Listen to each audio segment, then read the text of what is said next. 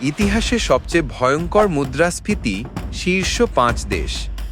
পঞ্চম স্থানে জার্মানি, ১৯২৩ সালে এক টুকরো রুটি ৫ লক্ষ মার্ক। পরে সেই রুটি বিক্রি হতো ৪০০ বিলিয়ন মার্কে। মানুষ টাকা পুড়িয়ে আগুন জ্বালাতো, শ্রমিকরা দিনে ২ বার বেতন নিত। চতুর্থ স্থানে গ্রিস, ১৯৪৪ সালে দাম প্রতি ৪ দিনে দ্বিগুণ হতো। অবস্থা এতটাই খারাপ যে মানুষ টিস্যুর বদলে নোট দিয়ে টয়লেট করত। তৃতীয় স্থানে আর্জেন্টিনা, ১৯৮৯ সালে টাকা ব্যাংক থেকে তোলার ১ ঘন্টার মধ্যেই প্রায় মূল্যহীন হয়ে যেত। কেনাকাটার মাঝেই দোকানদার দাম বাড়িয়ে দিত।